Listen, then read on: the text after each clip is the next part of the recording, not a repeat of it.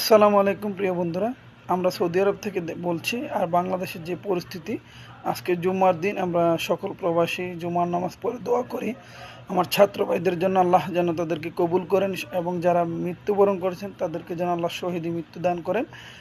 আর এই পরিস্থিতির সাথে যারাই জড়িত, আল্লাহ যেন তাদেরকে হেদায়েত দান করেন, আল্লাহ যেন দুনিয়াতে এবং আখিরাতে তাদের বিচার করেন। আমরা খুবই লজ্জিত, এই স্বাধীন দেশের মধ্যে এত একটা নির্লজ্জ একটা কাজ, এত ঘৃণিত কাজ, ছাত্রদের সাথে এই অত্যাচার, এই সব কিছু জুলুমের জন্য আমরা এই আজকেই জুমার নামাজে প্রত্যেক প্রবাসী নামাজ পড়ে দোয়া করব ইনশাআল্লাহ। সামনের দিকে আমরা আপনাদের পাশে থাকতে পারি না, কিন্তু দূর থেকে আপনাদেরকে ভালোবাসি, আপনাদের জন্য দোয়া করি। ইনশাআল্লাহ আপনারা সফল হবেন, আর যারা শহীদ হয়েছে তাদের রক্ত বৃথা যাবে না ইনশাআল্লাহ।